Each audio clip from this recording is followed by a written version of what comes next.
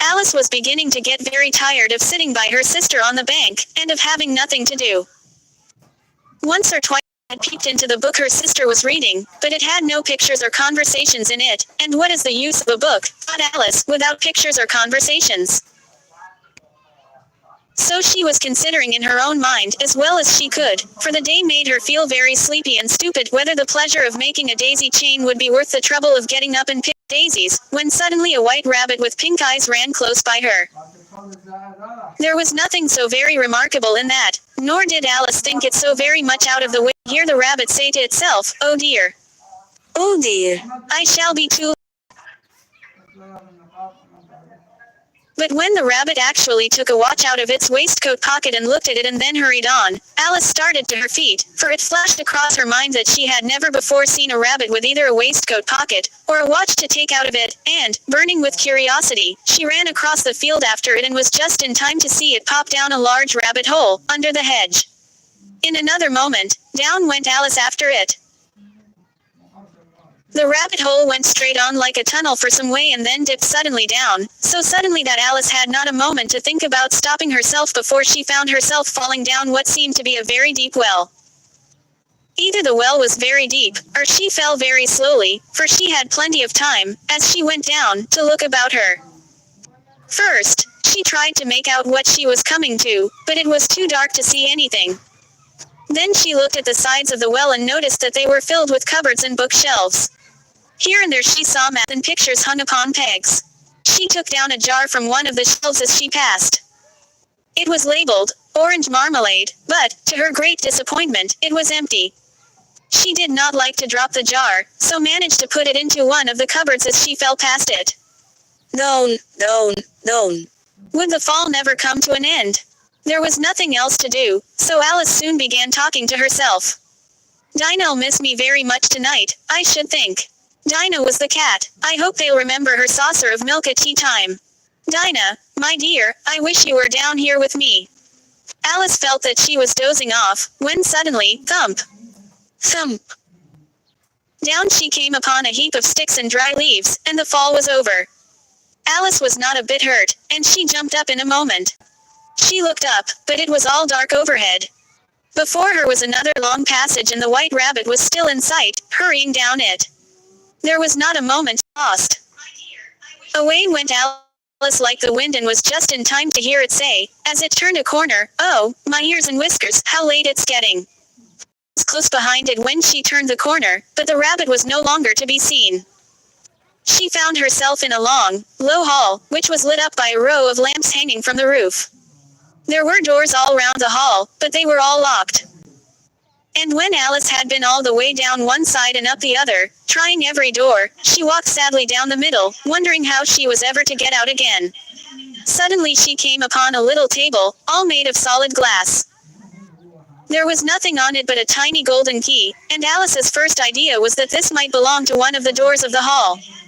But, alas! Either the locks were too large, or the key was too small, but, at any rate, it would not open any of them. However, on the second time round, she came upon a low curtain she had not noticed before. And behind it was a little door about 15 inches high. She tried the little golden key in the lock, and to her great delight, it fitted. Alice opened the door and found that it led into a small passage, not much larger than a rat hole. She knelt down and looked along the passage into the loveliest garden you ever saw. How she longed to get out of that dark hall and wander about among those beds of bright flowers and those cool fountains, but she could not even get her head through the doorway. "Oh," said Alice, "how I wish I could shut up like a telescope. I think I could, if I only knew how to begin." Alice went back to the table, half hoping she might find another key on it, or at any rate, a book of rules for shutting people up like telescopes. This time she found a little bottle on it which certainly was not here before, said Alice, and tied round the neck of the bottle was a paper label, with the words, "Drink me," beautifully printed on it in large letters. "No, Oh, I'll look first, she said, and see whether it's marked poison or not, for she had never forgotten that, if you drink from a bottle marked poison, it is almost certain to disagree with you, sooner or later. However, this bottle was not marked poison, so Alice ventured to taste it, and, finding it very nice. It had a sort of mixed flavor of cherry tart, custard, pineapple, roast turkey, toffee and hot buttered toast. She very soon finished it off. What a curious feeling, sighed Alice. I must be shutting up like a telescope. And so it was indeed. She was now only 10 inches high, and her face brightened up at the thought that she was now the right size for going through the little door into that lovely garden. After a while, finding that nothing more happened, she decided on going into the garden at once. But, alas for poor Alice. When she got to the door, she found she had forgotten the little golden key. When she went back to the table for it, she found she could not possibly reach it. She could see it quite plainly through the glass, and she tried her best to climb up one of the legs of the table, but it was too slippery, and when she had tired herself out with trying, the poor little thing sat down and cried. Come, there's no use in crying like that, sighed Alice to herself rather sharply. I advise you to leave off this minute. She generally gave herself very good advice, though she very seldom followed it. And sometimes she scolded herself so severely as to bring tears into her eyes. Soon her eye fell on a little glass box that was lying under the table. She opened it and found in it a very small cake, on which the words, "Eat me," were beautifully marked in currants. Well, I'll eat it, said Alice, and if it makes me grow larger, I can reach the key. And if it makes me grow smaller, I can creep under the door, so either way I'll get into the garden, and I don't care which happens. She ate a little bit and said anxiously to herself, which way? Which way? Holding her hand on the top of her head to feel which way she was growing. And she was quite surprised to find that she remained the same size. So she set to work and very soon finished off the cake. 2. The Pool of Tears. Curiouser and curiouser, cried Alice. She was so much surprised that for the moment she quite forgot how to speak good English. Now I'm opening out like the largest telescope that ever was. Goodbye, feet. Oh, my poor little feet, I wonder who will put on your shoes and stockings for you now, dears. I shall be a great deal too far off to trouble myself about you. Just at this moment her head struck against the roof of the hall. In fact, she was now rather more than 9 feet high, and she at once door. Poor Alice.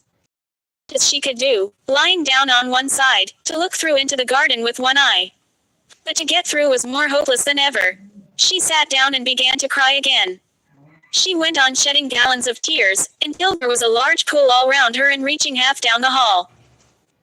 After a time, she heard a little pattering of feet in the distance, and she hastily dried her eyes to see what was coming. It was the White Rabbit returning. Splendidly dressed, with a pair of white kid gloves in one hand and a large fan in the other.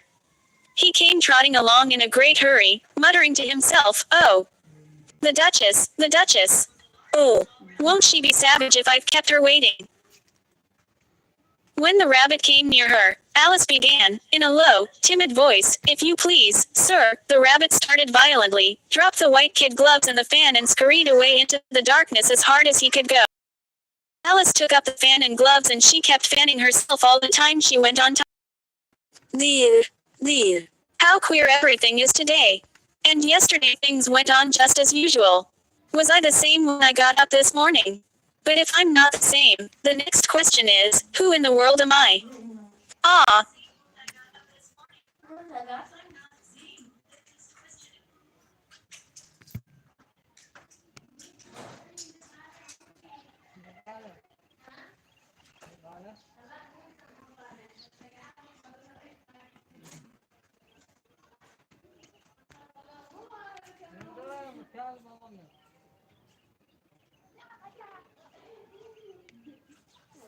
Ah, that's the great puzzle.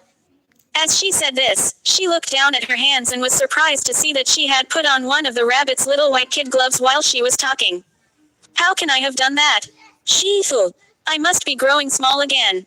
She got up and went to the table to measure herself by it, and found that she was now about 2 feet high and was going on shrinking rapidly.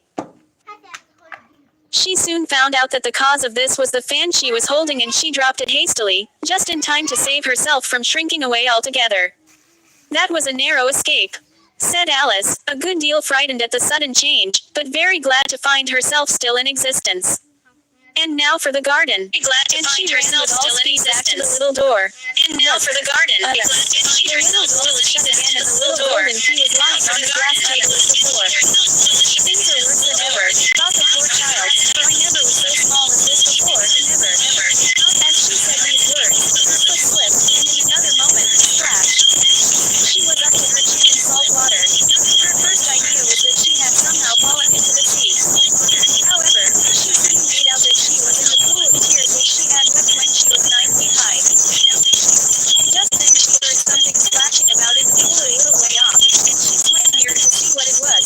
She soon made out that it was only a mouse that had slipped in like herself. "Would it be of any use, now," thought Alice, "to speak to this mouse? Everything is so out of the way down here that I should think very likely it can talk. At any rate, there's no harm in trying." So she began. "Oh Mouse, do you know the way out of this pool? I am very tired of swimming about here, oh Mouse." The mouse looked at her rather inquisitively and seemed to her to wink with one of its little eyes, but it said nothing.